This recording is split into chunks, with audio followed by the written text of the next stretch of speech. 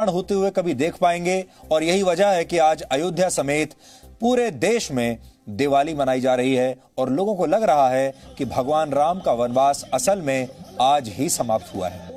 ये तस्वीरें ये बताती हैं कि आज भारत में ही नहीं बल्कि आपके जीवन में भी एक नए युग की शुरुआत हुई है। इसलिए आज हम राम मंदिर के भूमि पूजन का तस्वीर, तजुर्बे और ताकत वाला विश्लेषण करेंगे। देश के प्रधानमंत्री नरेंद्र मोदी का खुद राम जन्मभूमि पर जाना और साष्टांग प्रणाम करके अपनी आस्था को प्रकट करना ये बताता है कि कोई भी ताकत अब भारत को राम से और राम को भारत से अलग नहीं कर सकती। आज हम अयोध्या से आई सभी शानदार तस्वीरों का विश्लेषण आपके लिए करेंगे और आपको बताएंगे कि प्रधानमंत्री मोदी ने अपने 36 मिनट के भाषण में जो बातें कही हैं उसमें राम मंदिर के निर्माण के लिए किए गए संघर्ष और बलिदान की कौन कौन सी कहानियां छिपी हैं और ये सब कुछ आज भारत ही नहीं पूरी दुनिया सुन रही थी।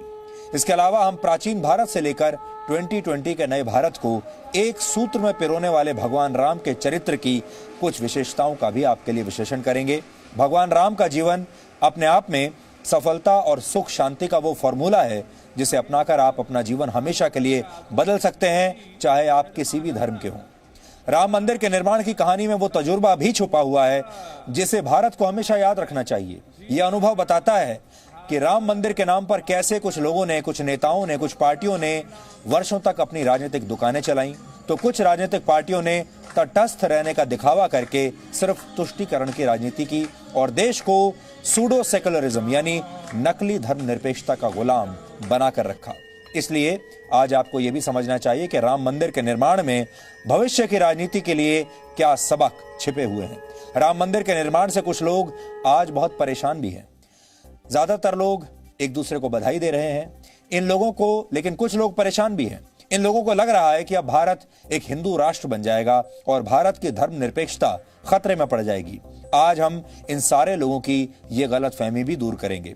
सच तो यह है कि राम मंदिर के निर्माण के साथ ही आज भारत सही मायनों में धर्मनिरपेक्ष हो गया है और आज ये तय हो गया है कि इस देश में अगर चर्च बन सकता है, गुरुद्वारा बन सकता है, मस्जिद बन सकती है, तो फिर इस देश में मंदिर भी बन सकता है।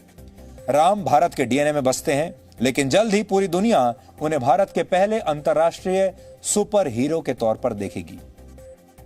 राम नीति कहती है कि दुनिया उसी देश का सम्मान करती है जो खुद को शक्तिशाली बनाता है। इसलिए आज हम आपको बताएंगे कि राम नीति में भारत की सफलता के कौन से मंत्र छिपे हुए हैं। लेकिन सबसे पहले आज की तमाम बड़ी खबरें नॉनस्टॉप न्यूज में। अयोध्या में श्री राम जन्मभूमि पर राम मंदिर के भूमि पूजन के बाद प्रधानमंत्री ने प्रभु श्री राम से देश की खुशहाली की कामना की है। प्रधानमंत्री ने ट्वीट किया, एक धन्य दिन अयोध्या में। ये दिन हर भारतीय की याद में बना रहेगा। भगवान श्री राम का आशीर्वाद हमेशा हम पर बना रहे। भारत तरक्की की नई ऊंचाइयों को छुए। हर भारतीय स्वस्थ और समृद्ध हो। अयोध्या में श्री राम मंदिर भूमि पूजन के बाद पहली बार अस्थायी मंदिर में विराजमान रामलला की भव्य आरती की गई। जी न्यूज पर पहली बार दुनिया के राम भक्तों ने रामलला की संध्या आरती देखी। रामलला हरे और भगवा रंग के वस्त्र में विराजमान थे और उनके आसन को फूलों से सजाया गया था। पूरे अयोध्या में श्री राम मंदिर भूमि पूजन पर उल्लास दिखा। राम भक्तों ने दीप जलाकर खुशी मनाई। भूमि पूजन के बाद लखनऊ लौटे उत्तर प्रदेश के मुख्यमंत्री योगी आदित्यनाथ ने भी दीप प्रज्वलित किया और पटाखे जलाए। राम मंदिर भूमि पूजन पर देश भर में भी जश्न मनाया गया। दिल्ली के झंडे वाला मंदिर में भी दीपोत्सव मनाया गया।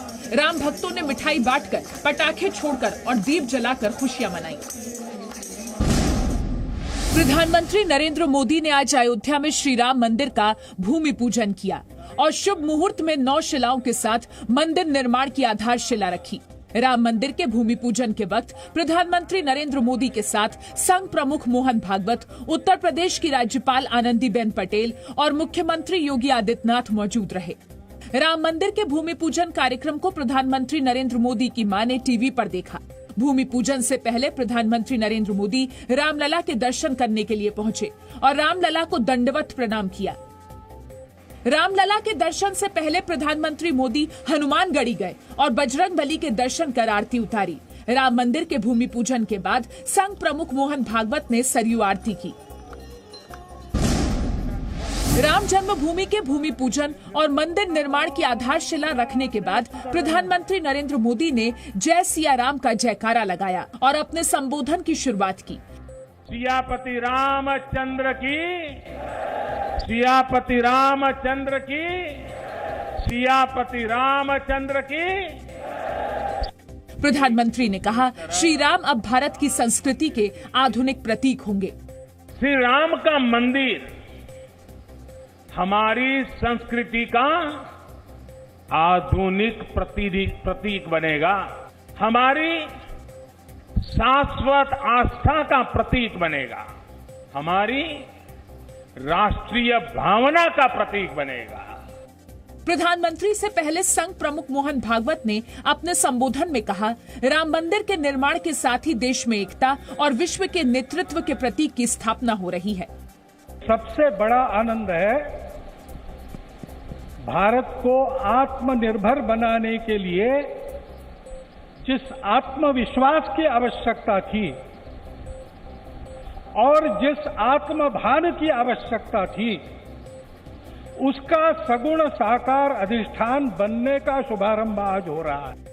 मुख्यमंत्री योगी आदित्यनाथ ने कहा, 5 सदी के बाद करोड़ों भारतवासियों का संकल्प पूरा हो रहा है और लोकतांत्रिक व्यवस्था से मंदिर निर्माण हो रहा है। लोकतांत्रिक पद्धति से और संविधान सम्मत तरीके से समस्याओं का समाधान कैसे हो सकता है, आदरणीय प्रधानमंत्री जी के नेतृत्व में भारत ने दुनिया की सभी ताकतों को इस बात का एहसास कराया है। जन्मभूमि तीर्थ क्षेत्र ट्रस्ट के अध्यक्ष महंत नित्य गोपाल दास ने कहा, राम मंदिर का निर्माण भारत का निर्माण है। केरल के वायनाड से कांग्रेस सांसद राहुल गांधी ने राम मंदिर के भूमि पूजन पर भगवान के स्वरूप को लेकर ट्वीट किया। राहुल गांधी ने कहा, राम प्रेम है, वो कभी घृणा में प्रकट नहीं हो सकते। राम करुणा है, वो कभी क्रूरता में प्रकट नहीं हो सकते। राम न्याय है, वो कभी अन्याय में प्रकट नहीं हो सकते। ये एक राष्ट्रीय, मैं कहूंगा, हर्ष की बात है जो आज हुआ, भूमि पूजन। और श्री राम जो करुणा के प्रतीक रहे हैं, न्याय के, उनको उसी रूप में देखना चाहिए। शिवसेना ने कहा कि राम मंदिर के भूमि पूजन से बाला साहेब ठाकरे का सपना साकार हुआ है। शिवसेना के मुखपत्र सामना में लिखे लेख में कहा गया है कि जो लोग भूमि पूजन के वक्त कार सेवकों की कुर्बानी को भूल गए, वो रामद्रोही हैं। बीएसपी प्रमुख मायावती ने कहा, राम मंदिर के भूमि पूजन का श्रेय सुप्रीम कोर्ट को जाता है, क्योंकि सुप्रीम कोर्ट के फैसले की वजह से ही राम मंदिर बन रहा है। अयोध्या में राम मंदिर के भूमि पूजन पर एआईएमआईएम अध्यक्ष असदुद्दीन ओवैसी ने नाराजगी जताई है। ओवैसी ने कहा, ये हिंदुत्व की जीत और लोकतंत्र के साथ धर्मनिरपेक्षता की हार है। वो वहां जब पहुंचे आज, तो उन्होंने हिंदू राष्ट्र की बुनियाद डाली। उन्होंने पूरे देश को ये पैगाम दिया कि मेरा रिलीजन, मेरी आइडियोलॉजी दूसरे तमाम रिलीजन और आइडियोलॉजी से बड़ी है, जो उनके ओथ का खुद वायलेशन है। ओवैसी ने यह भी कहा कि प्रधानमंत्री ने जहां राम मंदिर निर्माण के लिए भूमि पूजा की, वहां 450 साल से मस्जिद थी। बाबरी मस्जिद का केस एक टाइटल केस था। बाबरी मस्जिद का केस हम इसलिए नहीं लड़े, बाबरी मस्जिद की शहादत पर जो लोगों की लाशें खेली गई, उसको हमने किस तरह से उस गम को बर्दाश्त किया, इसलिए नहीं कि 5 एकड़ जमीन ले लेंगे। ओवैसी ने राम मंदिर के भूमि पूजन के विरोध में आज ट्वीट भी किया, जिसमें उन्होंने लिखा, बाबरी मस्जिद थी, है और रहेगी। मुस्लिम पर्सनल लॉ बोर्ड ने भी धमकी देते हुए कहा कि अयोध्या में बाबरी मस्जिद थी और हमेशा रहेगी और बहुसंख्यक तुष्टीकरण के फैसले से कुछ नहीं बदलेगा। आज बहुत बड़ा दिन है और आज पूरे दिन देश भर के लोग जब एक दूसरे को फोन कर रहे थे, एक दूसरे से बात कर रहे थे, तो सबसे पहले बधाई दे रहे थे, राम मंदिर की बधाई दे रहे थे। आज देश भर में ऐसा लग रहा है जैसे दिवाली आज ही आ गई हो। आज अयोध्या में सिर्फ राम मंदिर की नींव नहीं, बल्कि नए भारत की नींव भी रखी गई है। 5 अगस्त की इस ऐतिहासिक तारीख ने कैसे पूरे देश को बदल दिया है, इसके बारे में आज हम आपको विस्तार से बताएंगे। लेकिन उससे पहले आज की वो बेहद खास तस्वीरें आपके लिए देखना जरूरी है, जिन तस्वीरों का इस देश ने 500 वर्षों तक इंतजार किया है। 25 पीढ़ियों ने 500 साल तक इन तस्वीरों को देखने का इंतजार किया है और तब भी आप में से ज्यादातर लोगों ने यह कल्पना भी नहीं की होगी कि आप अपने जीवन काल में कभी इन तस्वीरों को देख पाएंगे। बहुत सारे लोगों को आज भी ऐसा लग रहा था जैसे शायद वो कोई सपना देख रहे हैं। ये भारत के इतिहास को बदल देने वाला दिन है, क्योंकि वर्ष 1528 में जिस जगह पर मंदिर गिराकर बाबरी मस्जिद बनाई गई थी, आज उसी स्थान पर फिर से भव्य राम मंदिर की नींव रख दी गई है। और इसीलिए हमने कहा आज बहुत बड़ा दिन है और ये नींव खुद देश के प्रधानमंत्री नरेंद्र मोदी ने रखी। राम मंदिर के भूमि पूजन में खास तौर पर 9 शिलाओं को रखा गया। ये शिलाएं उन 2,75,000 ईंटों में से थीं जिन्हें आज से 31 वर्ष पहले राम मंदिर बनाने के लिए देश और दुनिया भर से अयोध्या भेजा गया था।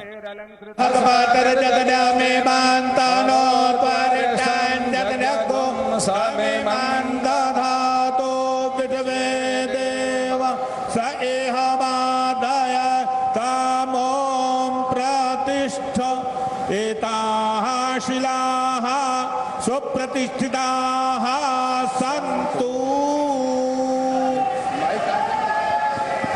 की जय। जय राम जय राम। पुष्प से आरती करवा लो। पुष्प से पूरे विधि विधान के साथ प्रधानमंत्री ने 40 मिनट तक राम मंदिर का भूमि पूजन किया। इसमें दोपहर 12:44 और 32 सेकंड पर एक विशेष मुहूर्त पर मंदिर निर्माण की पहली ईंट रखी गई। इस मुहूर्त को अभिजीत मुहूर्त कहते हैं और जिसकी मान्यता यह है कि इसमें शुरू किया गया कोई भी कार्य सफल होता है। भूमि पूजन में देश और दुनिया भर की 2000 पवित्र जगहों से लाई गई मिट्टी और 100 से ज्यादा नदियों से लाया गया जल भी रखा गया है। भूमि पूजन के दौरान एक और खास तस्वीर तब दिखी जब प्रधानमंत्री नरेंद्र मोदी ने राम जन्मभूमि की मिट्टी को अपने माथे पर लगाया।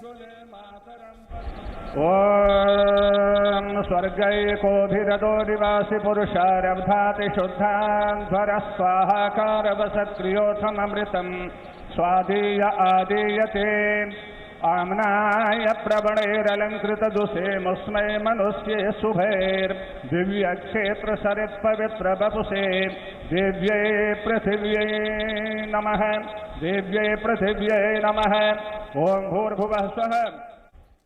प्रधानमंत्री मोदी खुद भी बहुत भाग्यशाली हैं कि उन्हें आज ये मौका मिला कि वो राम जन्म भूमि पर जो मंदिर बन रहा है, जो राम मंदिर बन रहा है, उसका भूमि पूजन वो अपने हाथों से कर सकें। इसलिए वो भी किस्मत के बहुत धनी हैं।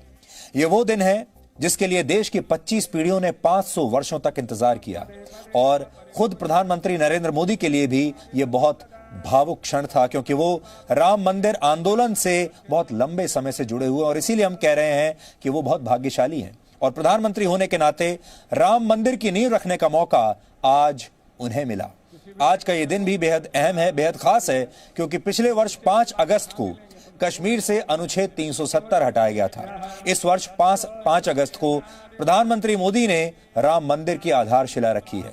लोग अब ये पूछ रहे हैं कि अगले वर्ष 5 अगस्त को प्रधानमंत्री मोदी और कौन सा ऐतिहासिक फैसला करने वाले हैं। यानी हर साल 5 अगस्त को कोई ना कोई बड़ा और ऐतिहासिक फैसला कर रहे हैं। पिछली बार 370 हटा था और आज राम मंदिर का भूमि पूजन हुआ है। ओम भूर्भुवः स्वः गणपत्याद्यावाहित गणपत्यादि पूजित देवताभ्यो नमः। द्योः शान्तिरन्तरिक्षगुं शान्तिः पृथिवी शान्तिरापः शान्तिरोषधयः शान्तिः वनस्पतयः शान्तिर्विश्वे देवाः शान्तिर्ब्रह्म शान्तिः सर्वगुं शान्तिः शान्तिरेव शान्तिः सामा शान्तिरेधि। अंजलिबद्ध होकर के पुष्पांजलि देंगे। ओम नाना सुगंधि पुष्पाणि यथा कालोद्भवानि पुष्पांजलिर्मया दत्तो गृहाण परमेश्वरी मंत्र पुष्पांजलिं समर्पयामि। ओम हमने आपको राम मंदिर के ऐतिहासिक भूमि पूजन की तस्वीरें दिखाई। इससे पहले प्रधानमंत्री ने राम जन्मभूमि पर भगवान राम के दर्शन किए और आजाद भारत के इतिहास में पहली बार देश का कोई प्रधानमंत्री राम जन्मभूमि गया और वहां पर रामलला के दर्शन किए। भगवान राम के सामने प्रधानमंत्री नरेंद्र मोदी के साष्टांग दंडवत की तस्वीर आज की सबसे खास तस्वीर है। ये देखिए।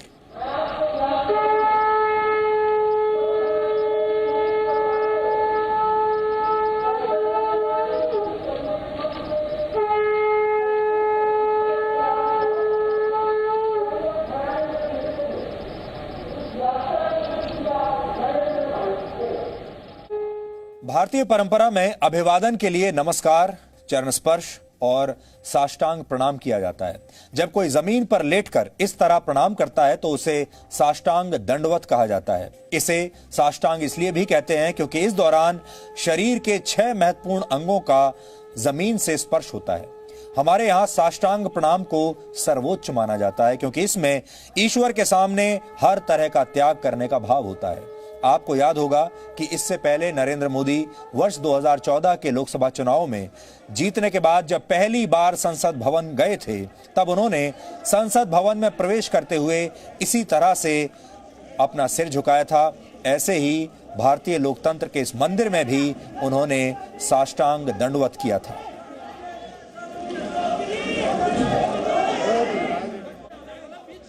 तो सबसे पहले ये जो पुरानी तस्वीर हमने आपको दिखाई 2014 में उन्होंने इस तरह से प्रणाम किया था भारत के लोकतंत्र को, और अब 2020 में उन्होंने ऐसा प्रणाम किया है, साष्टांग दंडवत किया है भगवान राम को।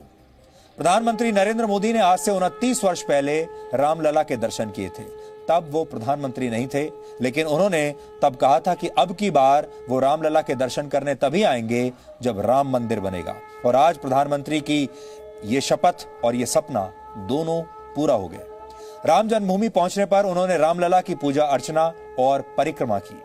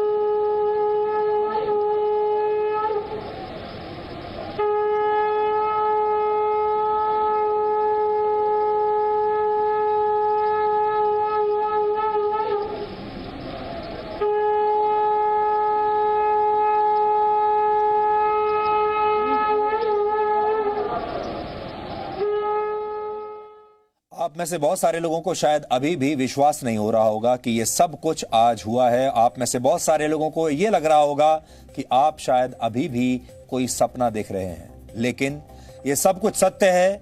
आज दिन में ये सब कुछ हुआ है। रामलला के दर्शन करने से पहले प्रधानमंत्री मोदी हनुमानगढ़ी गए थे। वहां पर उन्होंने हनुमान जी की अर्चना की, पूजा अर्चना की। अयोध्या का यह नियम माना जाता है कि हनुमानगढ़ी जाए बिना रामलला के दर्शन पूरे नहीं होते। सबसे पहले हनुमान जी की अनुमति लेनी होती है और इसीलिए जो भी अयोध्या जाता है वो सबसे पहले हनुमानगढ़ी के दर्शन करता है। प्रधानमंत्री मोदी ने भी यही किया। पूजा अर्चना के बाद हनुमानगढ़ी में प्रधानमंत्री को पगड़ी और मुकुट पहनाया गया।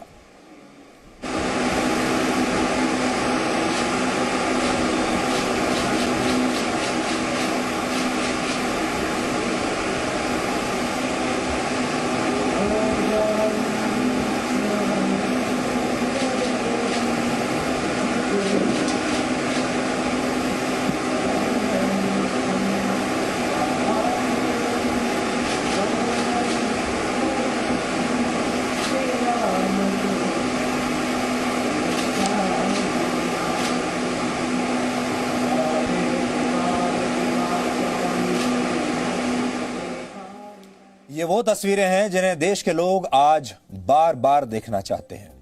आज की चौथी तस्वीर राम जन्मभूमि में उस मंच की है जहां से प्रधानमंत्री नरेंद्र मोदी ने पूरे देश को संबोधित किया और यहीं पर प्रधानमंत्री ने राम मंदिर के शिलापट का अनावरण किया।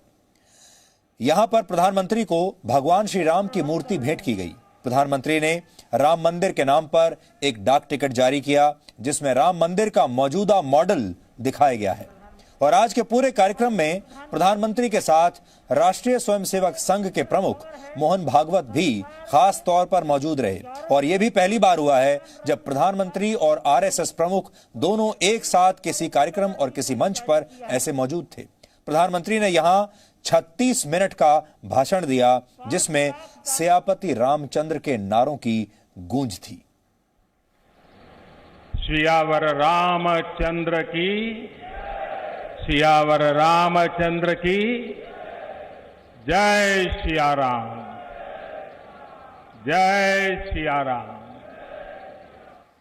मेरे साथ एक बार फिर बोलिए, जय सिया राम, जय सिया राम।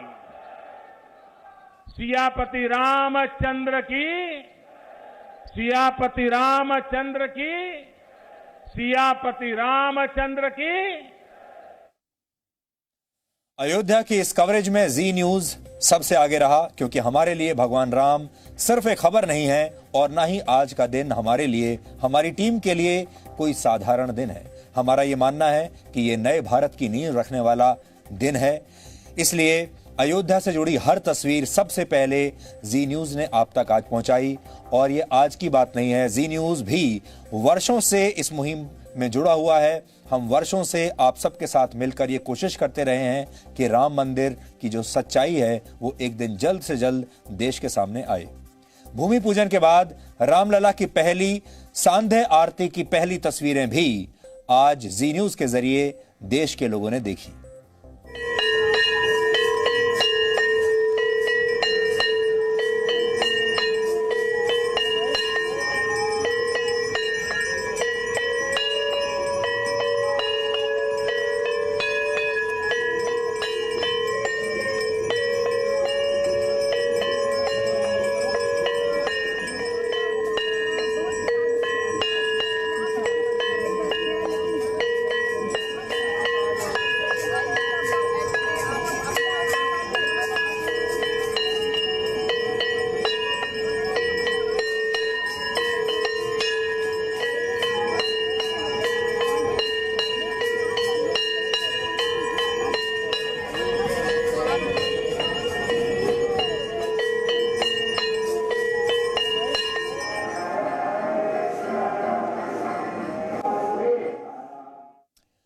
और ये भी आप सोचिए कि इस समय देश ही नहीं पूरी दुनिया में कोरोना वायरस की वजह से एक विचित्र सी स्थिति है। अगर कोरोना वायरस ना होता तो शायद आप कल्पना भी नहीं कर सकते थे कि आज कितने लोग अयोध्या पहुंचते पूरे देश से। कोरोना की वजह से कम लोगों को ही अयोध्या आने की अनुमति दी गई थी और भूमि पूजन के आयोजन में सिर्फ 175 लोगों को ही आमंत्रित किया गया था। लेकिन देश के करोड़ों लोग भूमि पूजन की इन तस्वीरों को टेलीविजन पर अपने अपने घरों में बैठकर देख रहे थे। और भूमि पूजन के बाद अब पूरे देश में दिवाली मनाई जा रही है। देश के अलग अलग हिस्सों से हमारे पास बहुत सारी तस्वीरें आज आ रही हैं।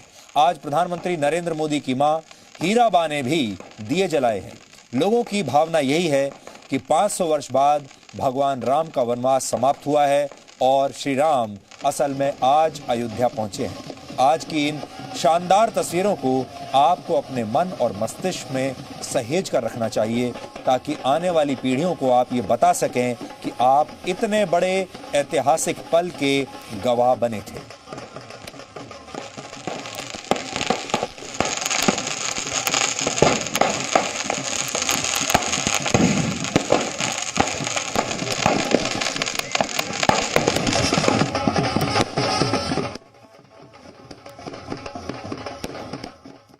राम मंदिर पर देश की भावनाओं को समझने के लिए अब हम आपको दो और तस्वीरें दिखाना चाहते हैं। पहली तस्वीर देश के प्रधानमंत्री नरेंद्र मोदी की मां हीराबेन की है जो हाथ जोड़कर भूमि पूजन के विशेष आयोजन को टेलीविजन पर देख रही थी। 99 वर्ष की हीराबेन भूमि पूजन और प्रधानमंत्री नरेंद्र मोदी द्वारा पूजा अर्चना की हर तस्वीर अपने घर पर बैठकर टेलीविजन पर ही देख रही थी। दूसरी तस्वीर वरिष्ठ वकील के पराशरण की है, जो अपने पूरे परिवार के साथ भूमि पूजन की इन तस्वीरों को घर से देख रहे थे। तमिलनाडु के पराशरण 92 वर्ष के हैं और उन्होंने अपना पूरा जीवन राम जन्मभूमि के लिए कानूनी लड़ाई में समर्पित कर दिया। वो रामलला विराजमान के वकील रहे हैं और वो भी अपने पूरे परिवार के साथ आज अपने घर में टीवी पर इन तस्वीरों को देख रहे थे।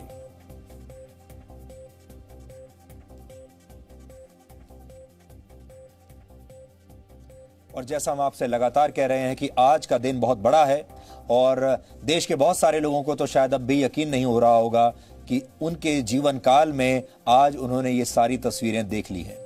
आज के दिन के महत्व को आप इस तरह से भी समझ सकते हैं कि खुद प्रधानमंत्री नरेंद्र मोदी ने इसकी तुलना 15 अगस्त 1947 के दिन से की है, यानी जिस दिन भारत को आजादी मिली थी और इतने लंबे संघर्ष के बाद भारत को आजादी मिली, तब 15 अगस्त 1947 का दिन आया। उसी तरह से राम मंदिर के लिए सदियों तक संघर्ष किया गया और इसके बाद 5 अगस्त 2020 का यह दिन आया है। प्रधानमंत्री ने आज राम मंदिर के लिए इसी संघर्ष को याद किया। और आना बड़ा स्वाभाविक भी था, क्योंकि राम काज किनु बिनु मोहि कहां विश्राम। भारत आज भगवान भास्कर के सानिध्य में सरयू के किनारे एक स्वर्णिम अध्याय रच रहा है। आज पूरा भारत राममय है, पूरा देश रोमांचित है, हर मन दीपमय है। आज पूरा भारत भावुक है। सदियों का इंतजार आज समाप्त हो रहा है। बरसों से टाट और टेंट के नीचे रहे हमारे रामलला के लिए अब एक भव्य मंदिर का निर्माण होगा। टूटना और फिर उठ खड़ा होना, सदियों से चल रहे इस व्यतिक्रम से राम जन्मभूमि आज मुक्त हुई है। गुलामी के कालखंड में कोई ऐसा समय नहीं था जब आजादी के लिए आंदोलन न चला हो। देश का कोई भूभाग ऐसा नहीं था जहां आजादी के लिए बलिदान न दिया गया हो। 15 अगस्त का दिन उस अथाह तप का, लाखों बलिदानों का प्रतीक है। स्वतंत्रता की उस उत्कंठ इच्छा, उस भावना का प्रतीक है। ठीक उसी तरह राम मंदिर के लिए कई कई सदियों तक, कई कई पीढ़ियों ने अखंड अविरत एक निष्ठ प्रयास किया है। आज का ये दिन उसी तप, त्याग और संकल्प का प्रतीक है। राम मंदिर के लिए चले आंदोलन में अर्पण भी था, तर्पण भी था, संघर्ष भी था, संकल्प भी था। जिनके त्याग, बलिदान और संघर्ष से आज ये स्वप्न साकार हो रहा है। राम मंदिर की आधारशिला रखे जाने के साथ ही नए भारत की नींव भी रख दी गई और जैसा प्रधानमंत्री कह रहे थे कि यह भी एक तरह की आजादी है। आप कह सकते हैं कि यह भारत के लिए और आपके जीवन के लिए एक नए युग की शुरुआत है। आज भारत ने एक नए युग में प्रवेश किया है और राम मंदिर का निर्माण शुरू होने के साथ ही भारत की राजनीति और भारत का समाज और उसकी परिभाषा भी नए सिरे से एक बार फिर तय की जाएगी। इसलिए अब आपको यह समझना चाहिए कि राम मंदिर निर्माण के साथ क्या क्या बदल जाएगा और क्या क्या बदल चुका है।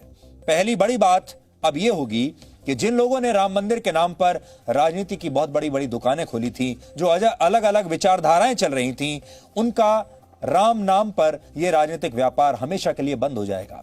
राम मंदिर को लेकर 3 तरह की विचारधाराएं थी हमारे देश में।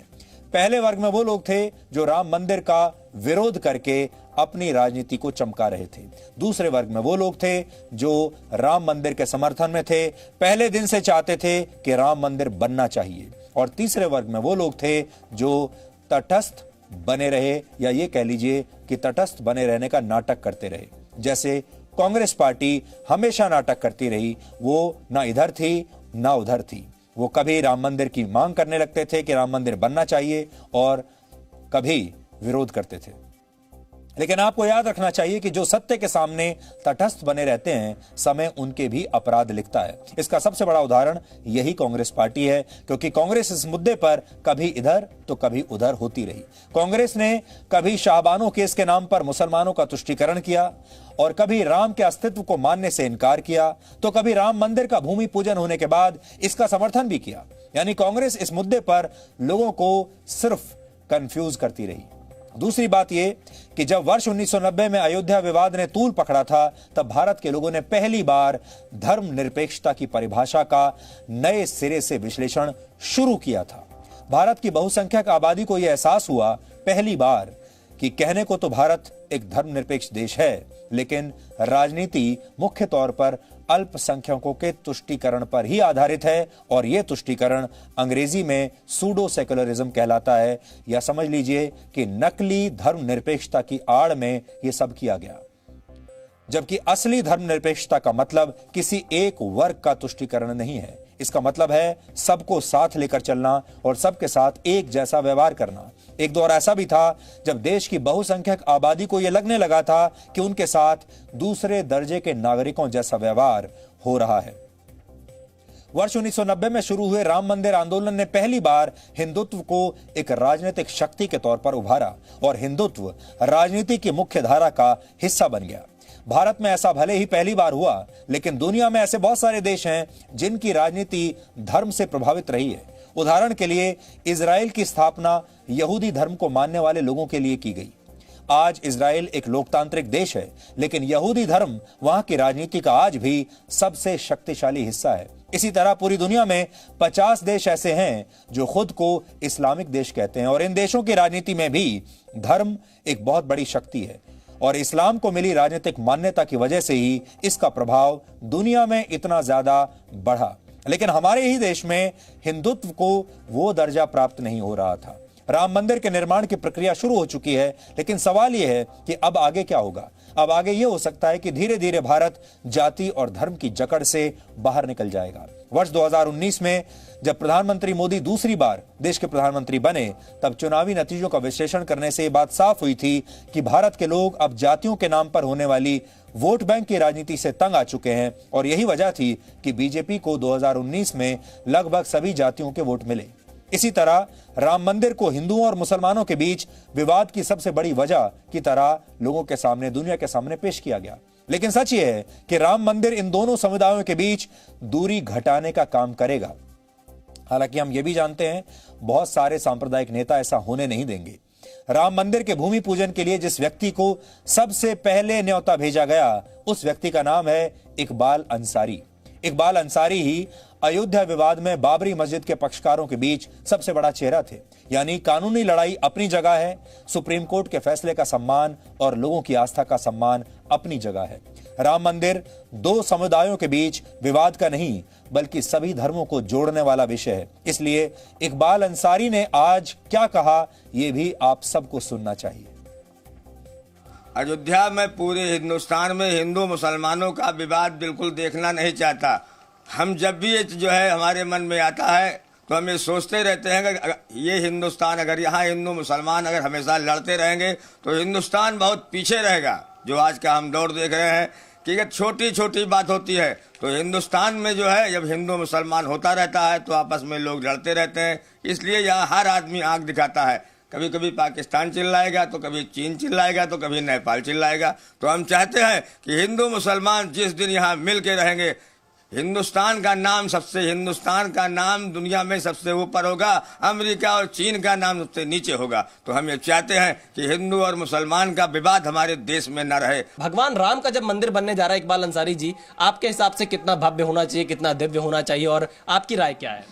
देखिए, हम भगवान राम का सम्मान करते हैं और हमारा मजहब जो है हमारा मजहब हर देवी देवताओं का सम्मान है।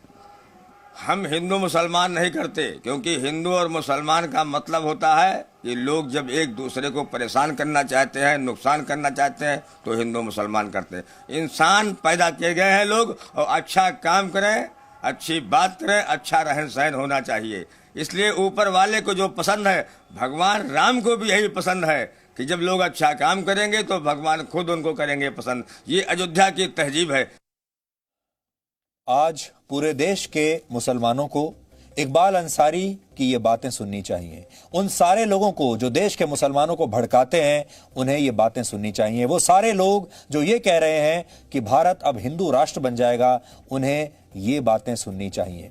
असल में भारत हिंदू राष्ट्र नहीं बन जाएगा, बल्कि भारत आज पहली बार सही रूप में धर्मनिरपेक्ष देश बना है। और धर्मनिरपेक्ष देश वो होता है जिसमें सबके लिए बराबरी होती है, जिसमें मस्जिद भी बनती है, जिसमें मंदिर भी बनता है। राम मंदिर के निर्माण के साथ ही अयोध्या के विकास का दौर भी अब शुरू हो जाएगा। अयोध्या वर्षों तक भारत के सबसे बड़े कानूनी मुकदमे के केंद्र में रही, फिर भी कभी भी इस स्थान का विकास नहीं हो पाया।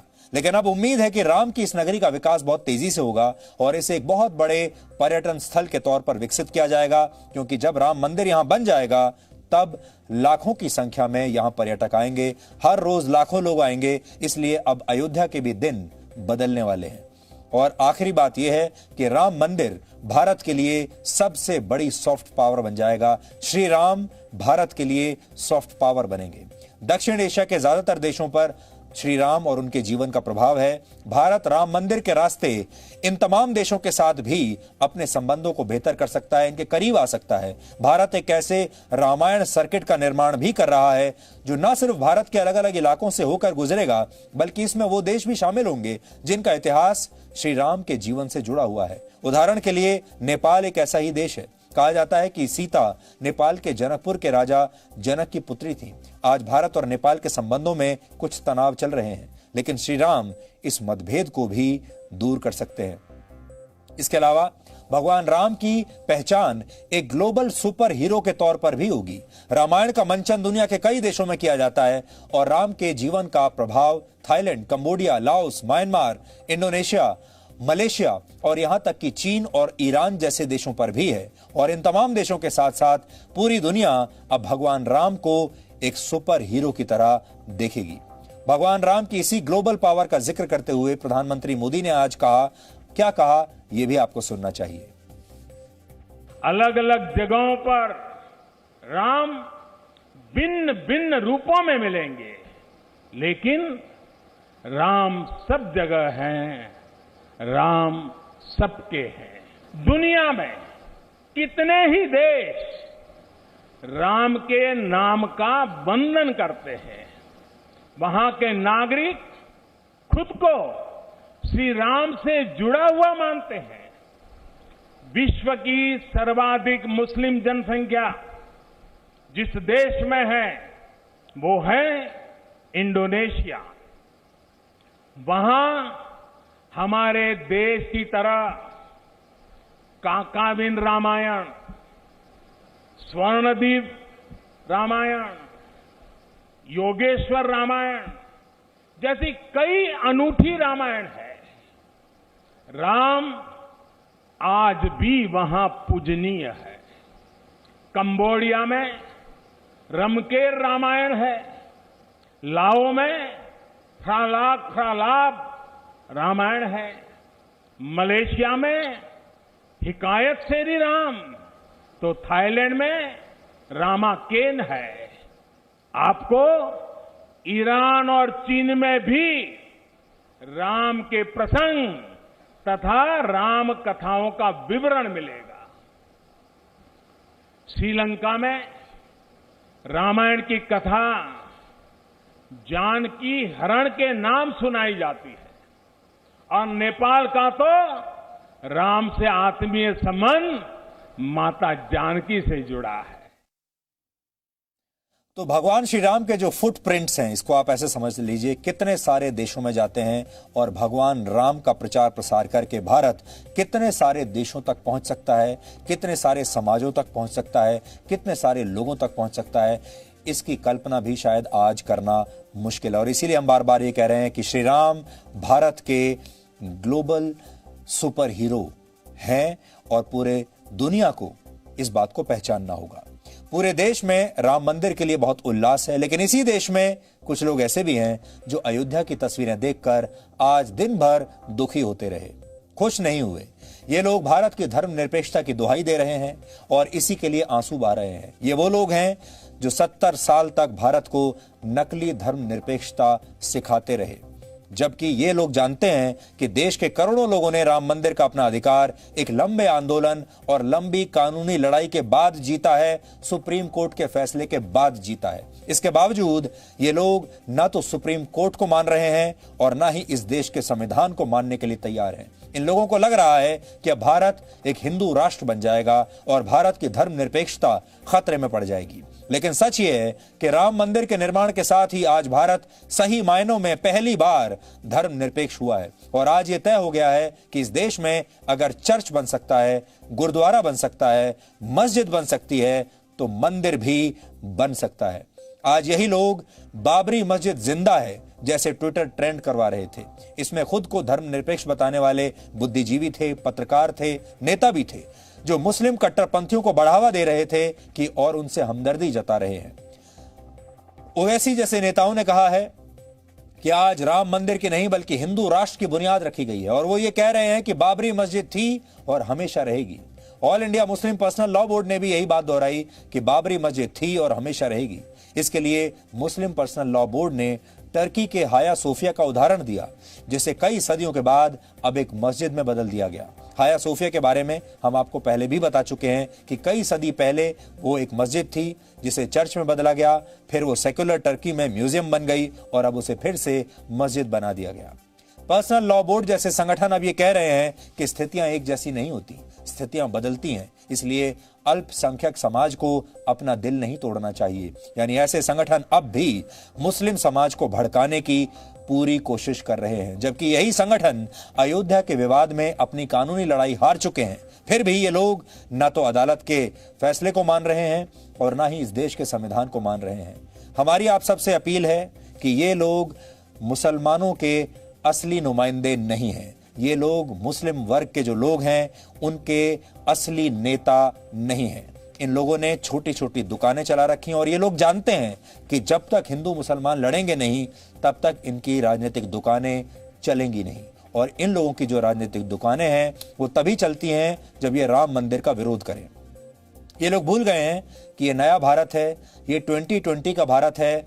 अब भारत धर्मनिरपेक्ष हो चुका है। यहां जितना अधिकार हिंदुओं का है उतना ही मुसलमानों का है, उतना ही सिखों का है, उतना ही ईसाइयों का है। ये लोग इस बात को शायद समझते नहीं। जो लोग भगवान राम का नाम लेने पर धर्मनिरपेक्षता की दुहाई देते हैं, उन लोगों को आज हम एक और तस्वीर दिखाना चाहते हैं। ये हमारे संविधान की मूल प्रति की तस्वीर है जो शायद आपने देखी नहीं होगी, जिसमें मौलिक अधिकारों को बताने वाले हिस्से में भगवान राम का चित्र बनाया गया। ये हमारे संविधान की मूल प्रति की तस्वीर है। संविधान की इस मूल प्रति में लंका विजय के बाद माता सीता और लक्ष्मण को साथ लेकर अयोध्या लौटते भगवान श्री राम का चित्रण किया गया है। यानी संविधान की मूल भावना भी भगवान श्री राम से जुड़ी हुई है और देश में कुछ लोग चाहते हैं कि हमारा देश भगवान श्री राम की बात ही ना करे, उनका मंदिर ना बनवाए और सिर्फ धर्मनिरपेक्षता के नाम पर यह नाटक करता रहे। ये भगवान राम की शक्ति है, ये करोड़ों लोगों की आस्था की शक्ति है कि भगवान राम का नाम मिटाने का प्रयास किया गया, उनका मंदिर नष्ट किया गया, उजाड़ दिया गया, उन्हें वर्षों तक टेंट में रहने के लिए मजबूर किया गया। लेकिन लंबी लड़ाई के बाद आखिरकार देश की सामूहिक भावना की जीत हुई और भगवान श्री राम को इस देश में उनका उचित स्थान और एक भव्य मंदिर का अधिकार मिला। लेकिन इसके लिए किसी पर अत्याचार नहीं किए गए, किसी से कोई जोर जबरदस्ती नहीं की गई। मर्यादाओं में रहकर सामाजिक, राजनीतिक और कानूनी लड़ाई लड़ी गई। और आज भी जब राम मंदिर बन रहा है तो इन्हीं मर्यादाओं की बात हो रही है और इसे देश की राष्ट्रीय एकता का प्रतीक बनाने की बात हो रही है। आज का ये दिन करोड़ों राम भक्तों के संकल्प की सत्यता का प्रमाण है। आज का ये दिन सत्य, अहिंसा, आस्था और बलिदान को न्याय प्रिय भारत की एक अनुपम भेंट है। कोरोना से बनी स्थितियों के कारण भूमि पूजन का ये कार्यक्रम अनेक मर्यादाओं के बीच हो रहा है। श्री राम के काम में मर्यादा का जैसा उदाहरण प्रस्तुत किया जाना चाहिए, देश ने वैसा ही उदाहरण प्रस्तुत किया है। इसी मर्यादा का अनुभव हमने तब भी किया था जब मानवीय सर्वोच्च न्यायालय ने अपना ऐतिहासिक फैसला सुनाया था। हमने तब भी देखा था कि कैसे सभी देशवासियों ने शांति के साथ सभी की भावनाओं का ध्यान रखते हुए व्यवहार किया था। आज भी हम हर तरफ वही मर्यादा देख रहे हैं। साथियों, इस मंदिर के साथ सिर्फ नया इतिहास ही नहीं रचा जा रहा, बल्कि इतिहास खुद को दोहरा भी रहा है। राम हमारे मन में गढ़े हुए हैं, हमारे भीतर घुल मिल गए हैं। कोई काम करना हो तो प्रेरणा के लिए हम भगवान राम की ओर ही देखते हैं।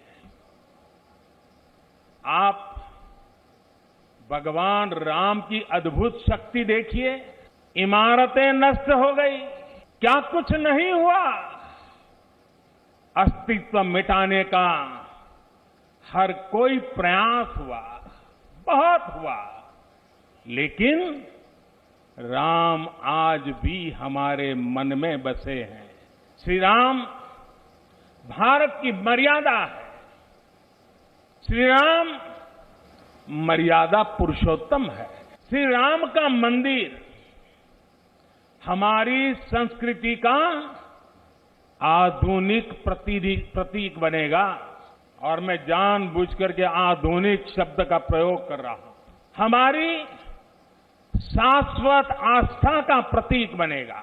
और ये मंदिर करोड़ों करोड़ लोगों की सामूहिक संकल्प शक्ति का भी प्रतीक बनेगा। प्रधानमंत्री मोदी ने भूमि पूजन के बाद 36 मिनट का ये भाषण दिया और उन्होंने जो अहम बातें कही उनमें से कुछ हम आपको सुना चुके हैं, आप खुद सुन चुके हैं। लेकिन अब आपको ये समझना चाहिए कि उनके भाषण का अर्थ क्या है। आज उन्होंने भारत के लोगों को और दुनिया को क्या बताने की कोशिश की है, क्योंकि आज का उनका जो संदेश है ये बहुत महत्वपूर्ण है। इस दौरान उन्होंने राम मंदिर आंदोलन की बात की, राम के महत्व की बात की और यह भी बताया कि राम का अनुसरण करके भारत अपने भविष्य को कैसे बेहतर बना सकता है। प्रधानमंत्री मोदी ने राम मंदिर के निर्माण के लिए किए गए हजारों लोगों के त्याग और परिश्रम का जिक्र किया। इसमें अलग अलग लोगों का अखंड तप, त्याग, संकल्प, अर्पण और तर्पण और एक निष्ठ प्रयास शामिल है। इस बात का अर्थ सिर्फ इतना है कि भले ही कुछ लोगों ने राम के अस्तित्व को मिटाने की कोशिश की, लेकिन राम भारत के डीएनए में बसते हैं। राम मंदिर हजारों वर्षों से किए जा रहे प्रयासों का परिणाम है। इसकी शुरुआत स्वयं भगवान राम के जीवन से होती है।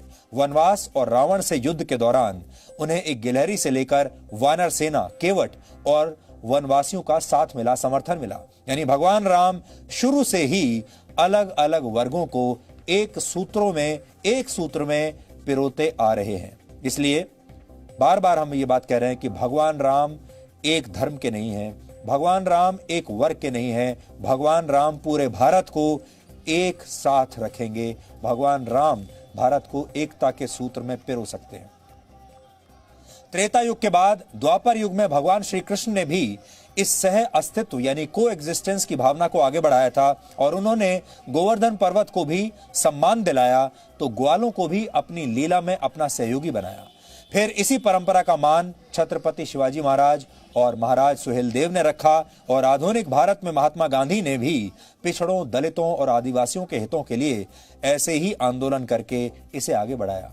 इसी प्रकार राम मंदिर के निर्माण में भी देश के सभी वर्गों ने सहयोग दिया है। देश और दुनिया के अलग अलग हिस्सों से आई ईंटें, शिलाएं, मिट्टी और नदियों का पवित्र जल एकता की इसी शक्ति को प्रदर्शित करता है। प्रधानमंत्री मोदी ने यह भी बताया कि कैसे भगवान राम भारत और दुनिया के लिए सबसे बड़े प्रेरणा स्रोत हैं। जब आप श्री राम के चरित्र का विश्लेषण करते हैं तो पता चलता है कि उनका तेज सूर्य की तरह है, लोगों को क्षमा करने की उनकी भावना पृथ्वी की तरह है, उनका विवेक और उनका ज्ञान बृहस्पति की तरह है, उनका यश इंद्र के समान है। भगवान राम सत्य पर अड़िग रहना भी सिखाते हैं, तो सबको साथ लेकर चलने की कला भी उन्हें आती है। अब आप खुद सोचिए, भगवान राम का अनुसरण करके किसी को भी कोई परेशानी कैसे हो सकती है? भगवान राम या भगवान राम का मंदिर इस देश को बांट कैसे सकता है? वो तो इस देश को एक बनाएगा, इस देश को महाशक्ति बनाएगा। यहां पर हम 4 मिनट का ब्रेक ले रहे हैं और इस ब्रेक के बाद हम आपको यह बताएंगे कि भगवान राम परम ज्ञानी होने के बावजूद कैसे जीवन भर अलग अलग लोगों से कुछ ना कुछ सीखते ही रहे। भगवान राम का यह सूत्र आपका जीवन हमेशा के लिए बदल सकता है। सिर्फ 4 मिनट के बाद हम आपको ब्रेक के बाद इसी बारे में बताएंगे।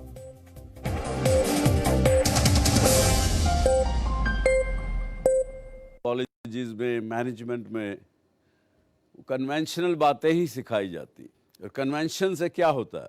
आप एवरेज किस्म के लोग पैदा करते हैं, मीडियोक्रिटी हम सब में घुस जाती। आप एक कॉल सेंटर को ले लीजिए, कॉल सेंटर में जब वो प्लान करेंगे तो कहेंगे साहब हमारे we expect about 10,000 calls a day. और दूसरा एक एक्सपीरियंस्ड मैनेजर उन्होंने रखा हुआ होगा जिसने पहले किसी कॉल सेंटर में काम किया होगा, वो कहेगा सर मेरा एक्सपीरियंस है कि एक लड़का या लड़की दिन भर में 60 कॉल ठीक से हैंडल कर सकता है। ये जी एवरेज है हमारी। तो वो कहेंगे नहीं पर कुछ लोग 100-200 भी कर सकते हैं। लेकिन फिर तीसरा आदमी बोलेगा नहीं पर कुछ लोग कमज़ोर हैं, वो 40 ही कर सकते हैं। तो उनका जो बॉस उस वक्त मीटिंग ले रहा होता है वो कहता है कि अच्छा आप 40 कह रहे हैं, ये 60 कह रहे हैं, वो 80 कह रहे हैं, तो क्या करेंगे? कौन सा फार्मूला अप्लाई करेंगे? Very good, very good, you know it. Law of average will be applied. तो लॉ ऑफ एवरेज के हिसाब से 60 के हिसाब से उन्होंने कह दिया साहब अब हमको कितने लोग हायर करने पड़ेंगे, जितनी भी कॉल्स हैं उसको एवरेज उसके हिसाब से हायर कर लीजिए। So what have we created? We have created an average community. कोई अगर आप में से 200 कॉल हैंडल कर सकने वाला होगा, वो अगर वहाँ काम करेगा तो उसके साथ क्या होगा?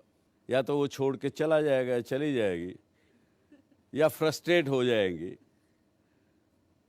और या फिर धीरे धीरे उनकी परफॉर्मेंस नीचे आते आते एवरेज पे आ जाएगी। अपने टारगेट को, जिसको आप पहले तो आप अपना टारगेट फिक्स करें। टारगेट इस प्रकार का होना चाहिए जो डिफ़िकल्ट हो लेकिन अचीवेबल हो। देखिए सपने में टारगेट तो हर व्यक्ति आज करता है। आज इस हिंदुस्तान के 120 करोड़ लोग हैं, कोई हर एक आदमी सोचता है कि मैं भी एक दिन देश का प्रधानमंत्री बन जाऊं। कोई भी व्यक्ति चाय की दुकान चलाने वाला खासकर आजकल कहता है अरे वो मोदी भी चाय वाला था, मैं भी मोदी बन जाऊं। तो टारगेट ऐसा रखें जो आप अचीव कर सकें, लेकिन मुश्किल से अचीव कर सकें, और फिर उसी पर ध्यान रख, फिर इधर उधर मत देखें, फिर उससे डिस्ट्रैक्ट नहीं हो। ये नहीं सोचें कि अरे अरे गलती कर लिया, मुझे ऐसा नहीं करना चाहिए था, मुझे ऐसे करना चाहिए था। नहीं, एक बार आपने निश्चय कर लिया कि मुझे ये करना है, मुझे ये बनना है, उसके ऊपर भूत की तरह से लग जाइए। No signal, no worry. Presenting Z News app with live TV, latest updates and expert opinion. Available on Google Play and App Store. Download it now.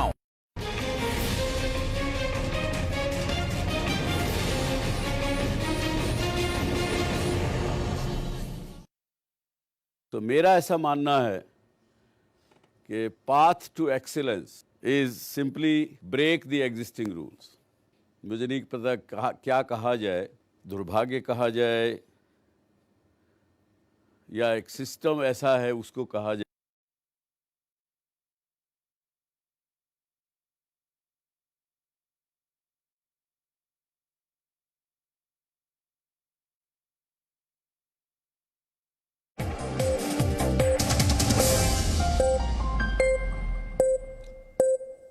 Shri Ram खुद भगवान थे, परम ज्ञानी थे, लेकिन वो जीवन भर सीखते रहे। उन्होंने गुरु वशिष्ठ से ज्ञान लिया, केवट से प्रेम की परिभाषा सीखी, शबरी से मित्रता का भाव सीखा, हनुमान और वानरों से सहयोग की भावना सीखी, और राजा होते हुए भी प्रजा से ये सीखा कि किसी पर विश्वास कैसे किया जाता है। हमेशा ध्यान रखिए, जो व्यक्ति जीवन में सीखना छोड़ देता है उसका जीवन वहीं ठहर जाता है और उसका विकास कभी नहीं होता। प्रधानमंत्री मोदी के भाषण का विश्लेषण करने से यह भी पता चलता है कि भगवान राम प्राचीन भारत से लेकर आधुनिक युग के भारत के लिए प्रेरणा पुंज रहे हैं। महर्षि वाल्मीकि ने प्राचीन काल के राम की व्याख्या की थी, तो मध्यकाल में तुलसीदास, कबीर, गुरु नानक ने राम के आदर्शों का पालन किया। आधुनिक युग में महात्मा गांधी ने सबसे पहले देश को राम राज्य का सपना दिखाया। बौद्ध धर्म की जातक कथाओं में भगवान बुद्ध भगवान राम का अवतार माने गए, और जैन धर्म में भी अयोध्या का बहुत बड़ा आध्यात्मिक महत्व रहा है। प्रधानमंत्री मोदी ने अपने भाषण में यह भी बताया कि भगवान राम और राम मंदिर भविष्य में भारत के भविष्य को कैसे बेहतर बनाएंगे। इसके तहत दो तरह की बातें होंगी। पहली ये कि भगवान राम के दर्शन करने के लिए पूरी दुनिया से लोग अब अयोध्या आएंगे, और इससे देश की अर्थव्यवस्था और अंतर्राष्ट्रीय प्रतिष्ठा को बहुत फायदा होगा। इसके अलावा राम सर्किट के फायदों, रामायण सर्किट के फायदों और इसके महत्व के बारे में हम आपको बता चुके हैं। दूसरी बात यह होगी कि भगवान राम और राम मंदिर पूरी मानवता और आने वाली पीढ़ियों के लिए प्रेरणा स्रोत बन जाएंगे। प्रधानमंत्री मोदी ने अपने भाषण में अलग अलग मौकों पर राम नीति का जिक्र किया है, लेकिन राम नीति होती क्या है यह भी आज आपको समझना चाहिए। राम नीति में कोई गरीब नहीं होता, कोई उदास और निराश नहीं होता, किसी के साथ भेदभाव नहीं होता, श्रमिकों को पूरा सम्मान मिलता है, बच्चों, बुजुर्गों और चिकित्सकों का विशेष ख्याल रखा जाता है, जो राम की शरण में आता है उसकी रक्षा की जाती है। राम नीति कहती है कि जन्मभूमि से बढ़कर कुछ नहीं होता, यानी राम के लिए राष्ट्र सबसे पहले था। राम नीति में इस बात का भी उल्लेख है कि जब तक कोई राष्ट्र शक्तिशाली नहीं बनता तब तक उसका कोई सम्मान नहीं करता। इसलिए राष्ट्र को शक्तिशाली बनाना सबसे महत्वपूर्ण है। रामचरितमानस में गोस्वामी तुलसीदास लिखते हैं, देश काल अवसर अनुसारी बोले बचन विनीत विचारी। इसका आज के संदर्भ में अर्थ यह है कि समय के साथ चलना चाहिए और स्थिति, जगह और समय देखकर फैसले लेने चाहिए।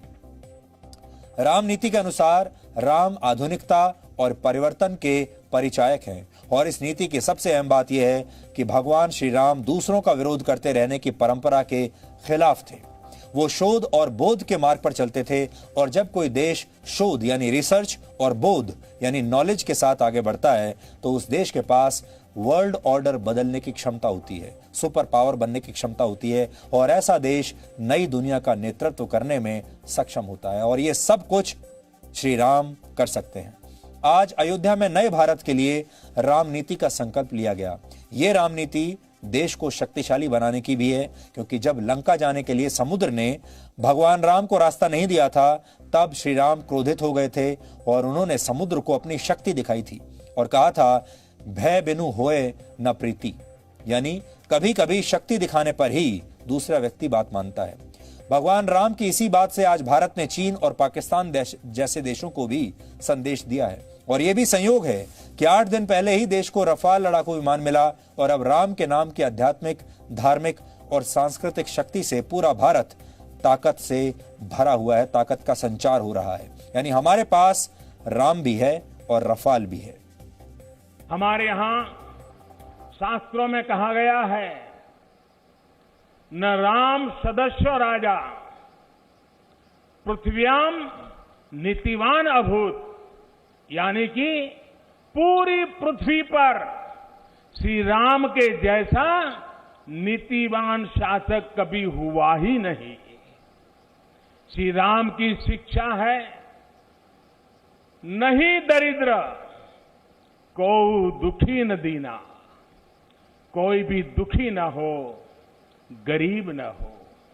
श्री राम का सामाजिक संदेश है, पहुष्ट नर नारी कह समाज उत्सव शोभित।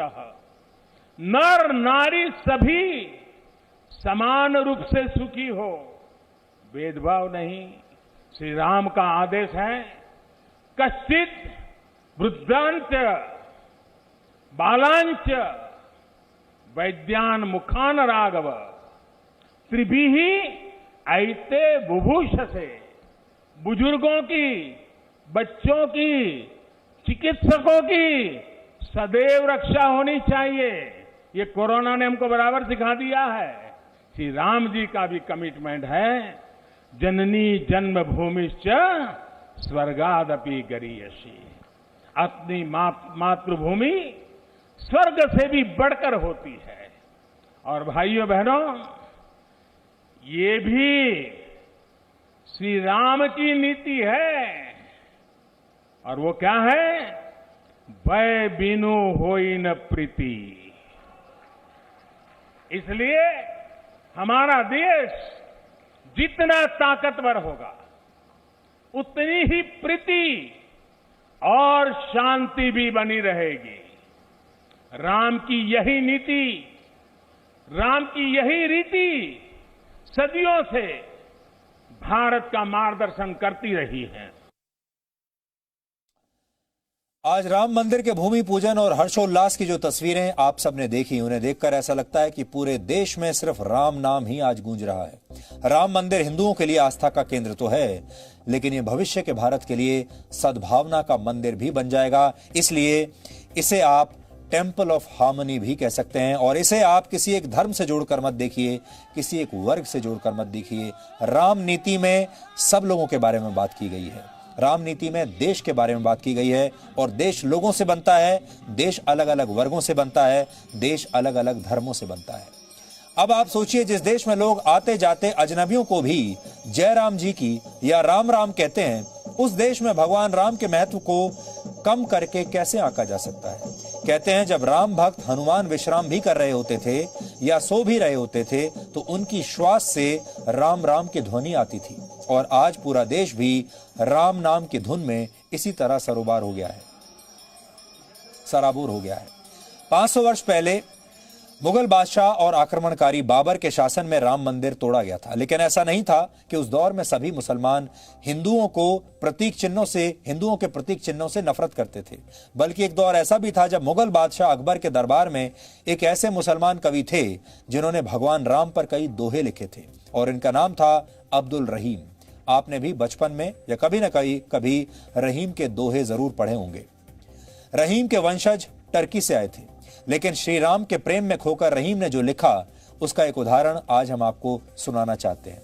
वो लिखते हैं, राम नाम जान्यो नहीं भई पूजा में हानि, कही रहीम क्यों मानी है जम के किंकर कानी। यहां रहीम कह रहे हैं कि उन्होंने राम की महिमा नहीं पहचानी और सिर्फ पूजा पाठ में खोए रहे, और इससे बात बिगड़ती गई। अब जब यमदूत दरवाजे पर खड़े हैं तो वो मेरी बात क्यों सुनेंगे? राम की असली महिमा न पहचानने का परिणाम यह हुआ कि अब यमदूतों के सामने मेरी कोई लाज नहीं बचेगी। यानी राम मंदिर का निर्माण बहुत अच्छी और शुभ बात है, लेकिन राम के जीवन और उनकी महिमा को अपने जीवन में उतारना भी बहुत आवश्यक है। और अगर आप ऐसा नहीं कर पाए तो सिर्फ पूजा पाठ से कुछ नहीं होगा, राम मंदिर में भगवान श्री राम के दर्शन करने से भी कुछ नहीं होगा। आज पूरे देश के लोगों को यही संकल्प लेना चाहिए कि श्री राम की तरह चमत्कारों पर नहीं बल्कि पुरुषार्थ पर यकीन करें। हमने थोड़ी देर पहले आपको रामलला विराजमान के वकील रहे के पराशरन की आज की तस्वीरें दिखाई थी, जब वो टीवी पर अपने परिवार के साथ ये सब देख रहे थे। भूमि पूजन की तस्वीरें टीवी पर वो देख रहे थे, ये वही तस्वीर है। के पराशरण के बारे में कुछ और नई बात आपको बताना चाहते हैं। के पराशरण 92 वर्ष की उम्र में रोज नंगे पैर अदालत जाते थे और अयोध्या विवाद में हिंदू पक्ष की तरफ से दलील रखते थे। आज के पराशरण के जीवन का सबसे बड़ा दिन है, क्योंकि वो अपने जीवन में राम मंदिर को बनते हुए देख रहे हैं, जिसके लिए उन्होंने जीवन भर कानूनी लड़ाई लड़ी। इसे आप सच्चा पुरुषार्थ कह सकते हैं। इस दौरान वो नंगे पैर अदालत में जाते थे और कभी भी बैठते नहीं थे, सदा खड़े रहते थे।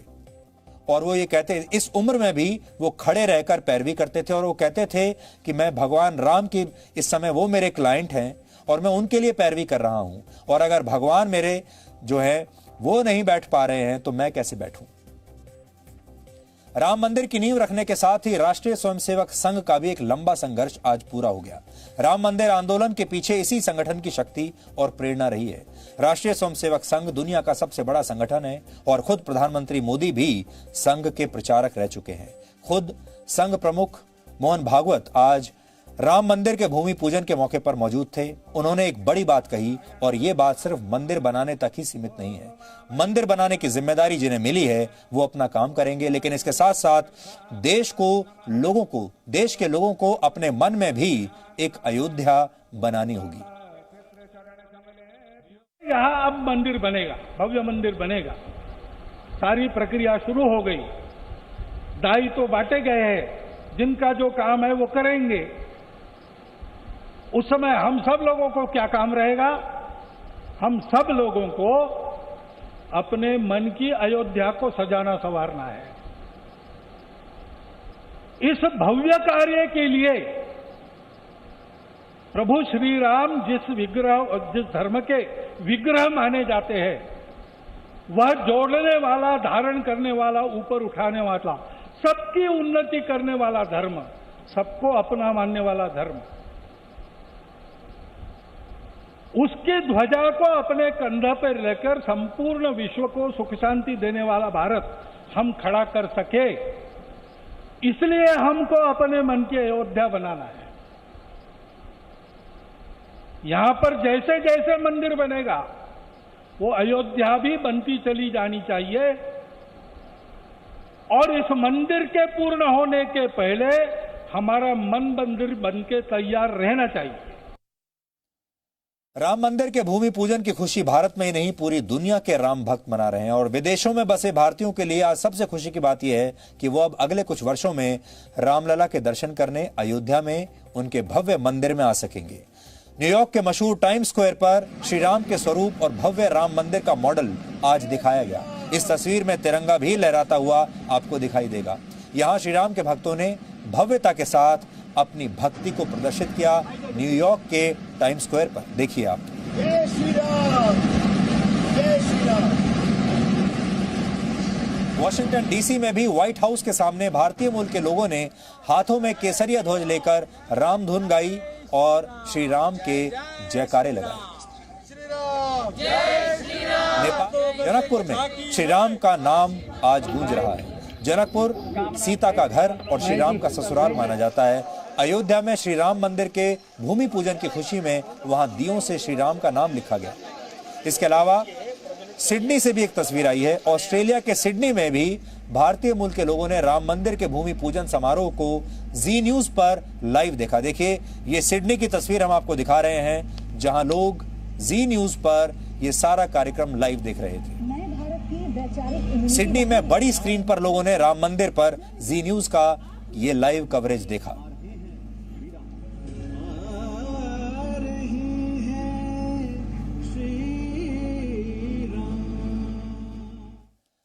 तो आज हम आपसे यही कहना चाहेंगे कि राम मंदिर आज बना है, ये सद्भाव का मंदिर है। भारत को ये मंदिर ग्लोबल पावर बनाएगा, लेकिन इस मंदिर का अगर आपको असली लाभ लेना है तो श्री राम ने जो कुछ आपको सिखाया है, श्री राम के चरित्र को अपने जीवन में उतारिए, अपने अंदर उतारिए और श्री राम की तरह मर्यादा पुरुषोत्तम बनने की कोशिश कीजिए। और अब आज का सवाल, आज आपको यह बताना है कि सड़कों पर पहली बार इलेक्ट्रिक ट्रैफिक लाइट्स कहां लगाई गई थी। आप इस पर रिसर्च कीजिए और ब्रेक के बाद हम आपको इस सवाल का सही जवाब बताएंगे।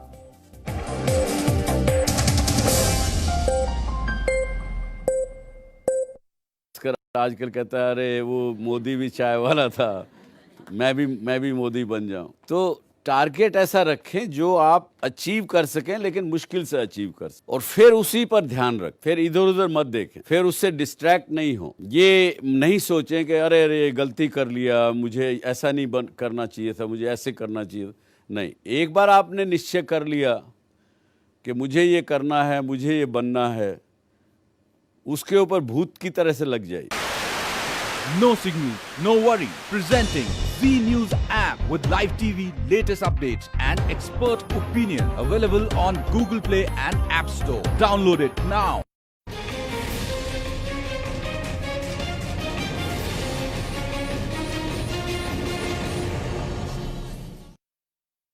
तो मेरा ऐसा मानना है कि path to excellence is simply break the existing rules.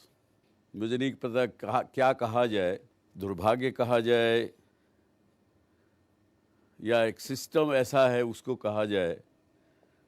हमें जो स्कूल्स कॉलेजेस में मैनेजमेंट में कन्वेंशनल बातें ही सिखाई जाती, और कन्वेंशन से क्या होता है, आप एवरेज किस्म के लोग पैदा करते हैं, मीडियोक्रिटी हम सब में घुस जाती। आप एक कॉल सेंटर को ले लीजिए, कॉल सेंटर में जब वो प्लान करेंगे तो कहेंगे साहब हमारे we expect about 10,000 calls a day, और दूसरा एक एक्सपीरियंस्ड मैनेजर उन्होंने रखा हुआ होगा जिसने पहले किसी कॉल सेंटर में काम किया होगा।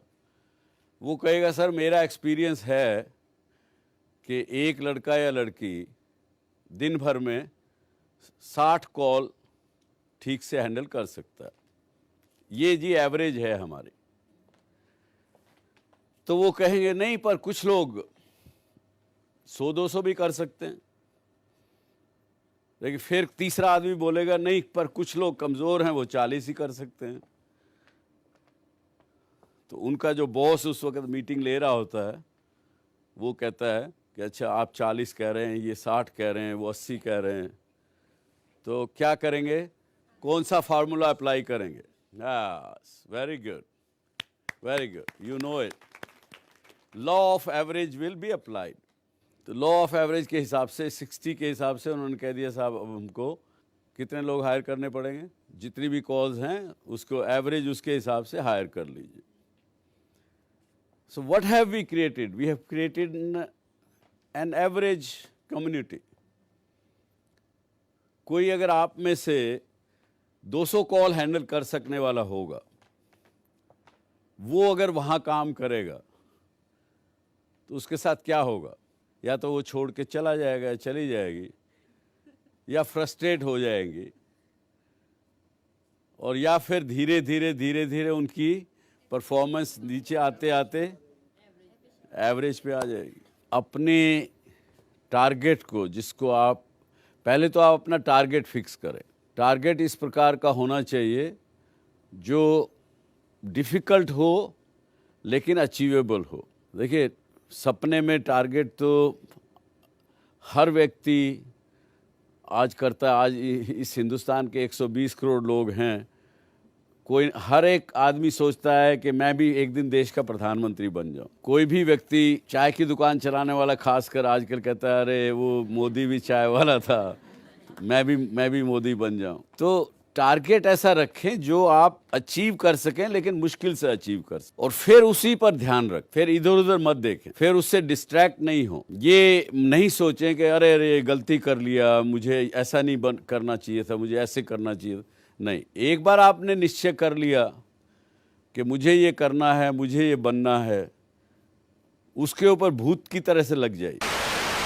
No signal, no worry. Presenting Z News app with live TV, latest updates and expert opinion. Available on Google Play and App Store. Download it now.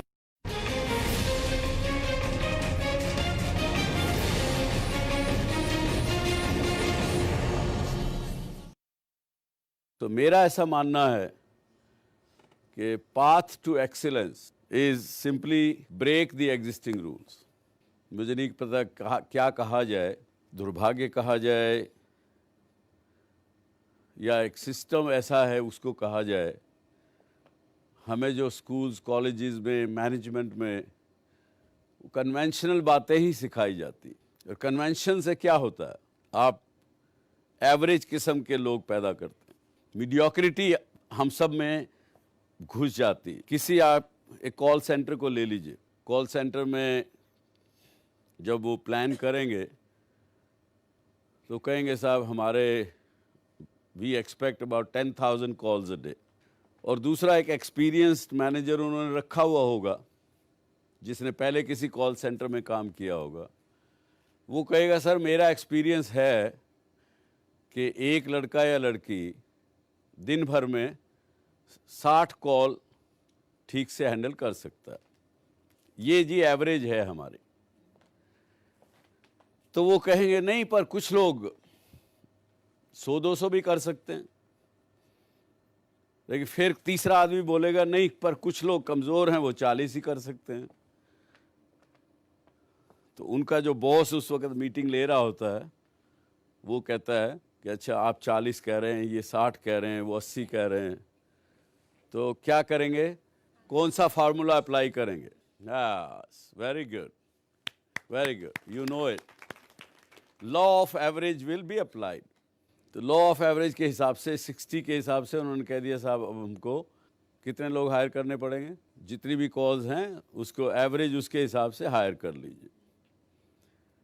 So what have we created? We have created an average community. कोई अगर आप में से 200 call handle कर सकने वाला होगा, वो अगर वहाँ काम करेगा तो उसके साथ क्या होगा? या तो वो छोड़ के चला जाएगा, चली जाएगी, या फ्रस्ट्रेट हो जाएंगी, और या फिर धीरे धीरे धीरे धीरे उनकी परफॉर्मेंस नीचे आते आते एवरेज पे आ जाएगी। अपने टारगेट को, जिसको आप पहले तो आप अपना टारगेट फिक्स करें। टारगेट इस प्रकार का होना चाहिए जो डिफ़िकल्ट हो लेकिन अचीवेबल हो। देखिए सपने में टारगेट तो हर व्यक्ति आज करता है। आज इस हिंदुस्तान के 120 करोड़ लोग हैं, कोई हर एक आदमी सोचता है कि मैं भी एक दिन देश का प्रधानमंत्री बन जाऊं। कोई भी व्यक्ति, चाय की दुकान चलाने वाला खासकर आजकल कहता है अरे वो मोदी भी चाय वाला था, मैं भी मोदी बन जाऊं। तो टारगेट ऐसा रखें जो आप अचीव कर सकें, लेकिन मुश्किल से अचीव कर सकें, और फिर उसी पर ध्यान रखें, फिर इधर उधर मत देखें, फिर उससे डिस्ट्रैक्ट नहीं हो। ये नहीं सोचें कि अरे अरे गलती कर लिया, मुझे ऐसा नहीं करना चाहिए था, मुझे ऐसे करना चाहिए था। नहीं, एक बार आपने निश्चय कर लिया कि मुझे ये करना है, मुझे ये बनना है, उसके ऊपर भूत की तरह से लग जाइए।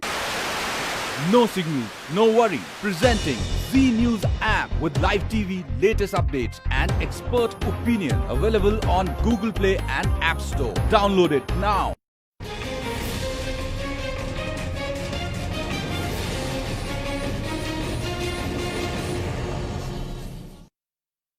तो मेरा ऐसा मानना है कि path to excellence is simply break the existing rules. मुझे नहीं पता क्या कहा जाए, दुर्भाग्य कहा जाए या एक सिस्टम ऐसा है उसको कहा जाए।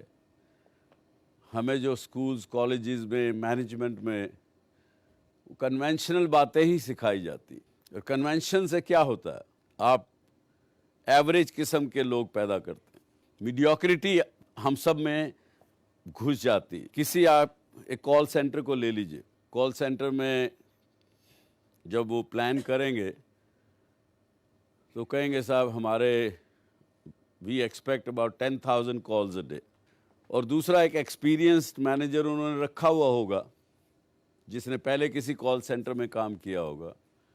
वो कहेगा सर मेरा एक्सपीरियंस है कि एक लड़का या लड़की दिन भर में 60 कॉल ठीक से हैंडल कर सकता है, ये जी एवरेज है हमारी। तो वो कहेंगे नहीं, पर कुछ लोग 100-200 भी कर सकते हैं। लेकिन फिर तीसरा आदमी बोलेगा नहीं, पर कुछ लोग कमज़ोर हैं, वो 40 ही कर सकते हैं।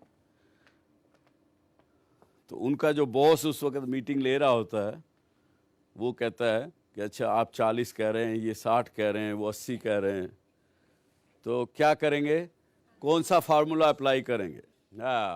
Very good, very good, you know it. Law of average will be applied.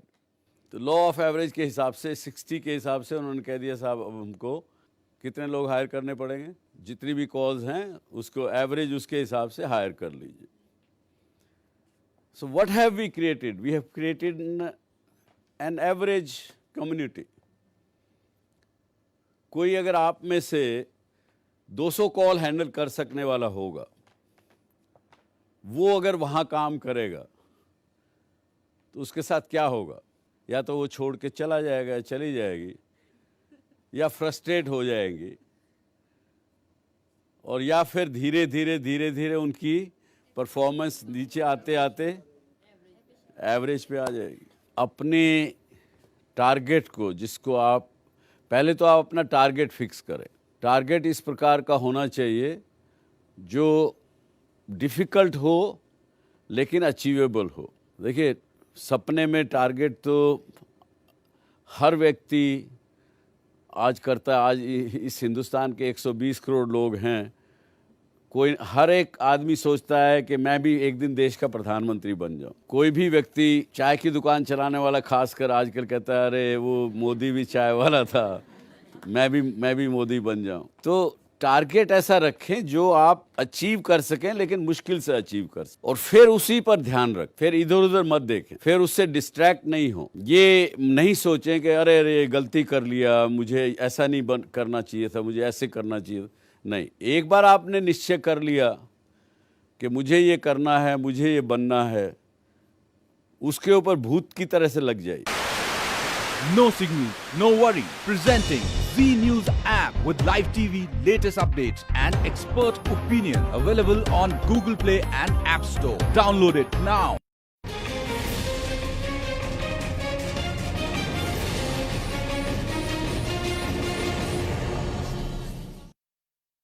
तो मेरा ऐसा मानना है कि path to excellence is simply break the existing rules. मुझे नहीं पता क्या कहा जाए, दुर्भाग्य कहा जाए या एक सिस्टम ऐसा है उसको कहा जाए।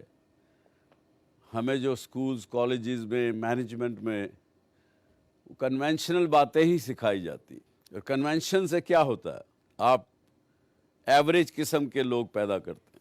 मीडियोक्रिटी हम सब में घुस जाती। किसी आप एक कॉल सेंटर को ले लीजिए, कॉल सेंटर में जब वो प्लान करेंगे तो कहेंगे साहब हमारे we expect about 10,000 calls a day.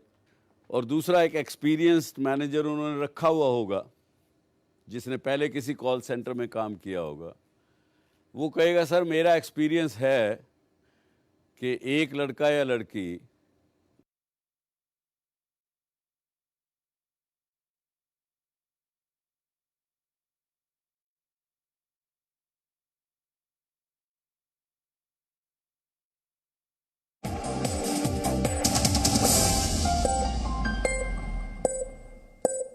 और अब आखिर में देखते हैं कि आज के इतिहास में क्या लिखा है। वर्ष 2019 में आज ही के दिन जम्मू कश्मीर से अनुच्छेद 370 और अनुच्छेद 35A को हटा लिया गया था।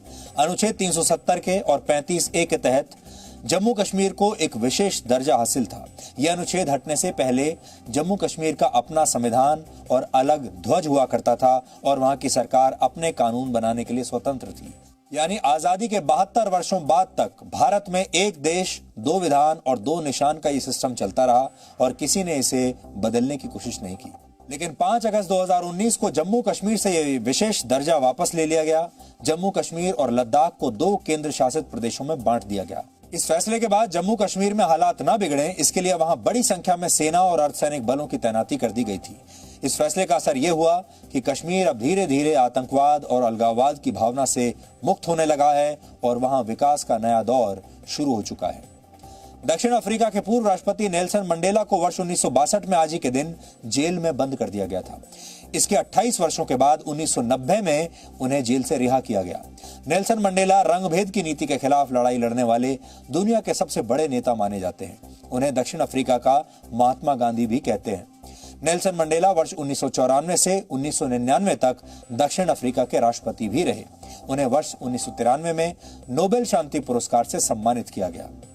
वर्ष 1965 में आज ही के दिन पाकिस्तान ने ऑपरेशन जिब्राल्टर के तहत जम्मू कश्मीर में 25 से 30 हजार घुसपैठिए भेज दिए थे, जिनमें पाकिस्तानी सैनिक भी शामिल थे। और इसी घटना के बाद भारत और पाकिस्तान के बीच 1965 के युद्ध की शुरुआत हुई थी। इस युद्ध में पाकिस्तान की करारी हार हुई थी। आज ही के दिन 105 वर्ष पहले किसी सड़क पर पहली बार इलेक्ट्रिक ट्रैफिक लाइट लगाई गई थी। वर्ष 1914 में अमेरिका के क्लीवलैंड से इसकी शुरुआत हुई थी और इस इलेक्ट्रिक ट्रैफिक सिग्नल में लाल और हरी लाइट के साथ साथ एक बजर भी था जो ट्रैफिक लाइट के बदलाव का संकेत देता था। हालांकि इससे पहले लंदन में 1868 में गैस से रोशनी देने वाली ट्रैफिक लाइट्स का इस्तेमाल हो चुका था, लेकिन अक्सर गैस लीक होने की वजह से इनमें विस्फोट हो जाता था। चंद्रमा पर कदम रखने वाले पहले इंसान नील आर्मस्ट्रांग का जन्म आज ही के दिन 1930 में हुआ था। अंतरिक्ष यात्री बनने से पहले नील आर्मस्ट्रांग यूएस नेवी में एक अफसर रहे और उन्होंने कोरियन युद्ध में हिस्सा भी लिया था। वर्ष 1969 में 20 जुलाई को नासा का अंतरिक्षयान अपोलो 11 इंसान को पहली बार चंद्रमा की सतह तक पहुंचाने में कामयाब हुआ था। नील आर्मस्ट्रांग और उनके साथी एडविन ऑल्ड्रिन ने शोध के लिए चंद्रमा की सतह से पत्थर और मिट्टी के सैंपल्स इकट्ठा किए थे। तो डीएनए में आज इतना ही। अब आपसे हमारी मुलाकात होगी कल रात 9 बजे। तब तक आप खुश रहिए, सुरक्षित रहिए, स्वस्थ रहिए। और श्री राम के जीवन से अगर आप कुछ सीखना चाहते हैं तो मर्यादा का पालन करना सीखिए। श्री राम के जीवन को अपने जीवन में उतारकर आप सारी चुनौतियों का सामना निडर होकर कर पाएंगे। नमस्कार।